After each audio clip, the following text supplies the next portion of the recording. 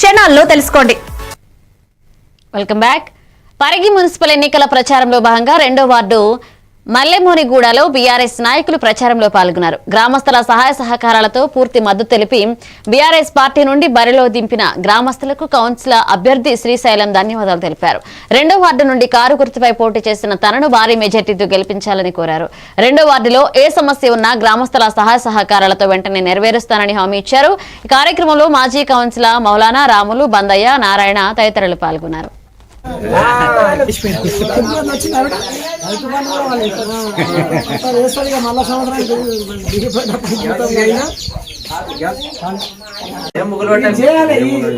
ఖచ్చితంగా బాధ్యత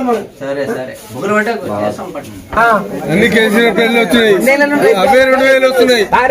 మన వచ్చినా కాంగ్రెస్ ప్రభుత్వం వచ్చినా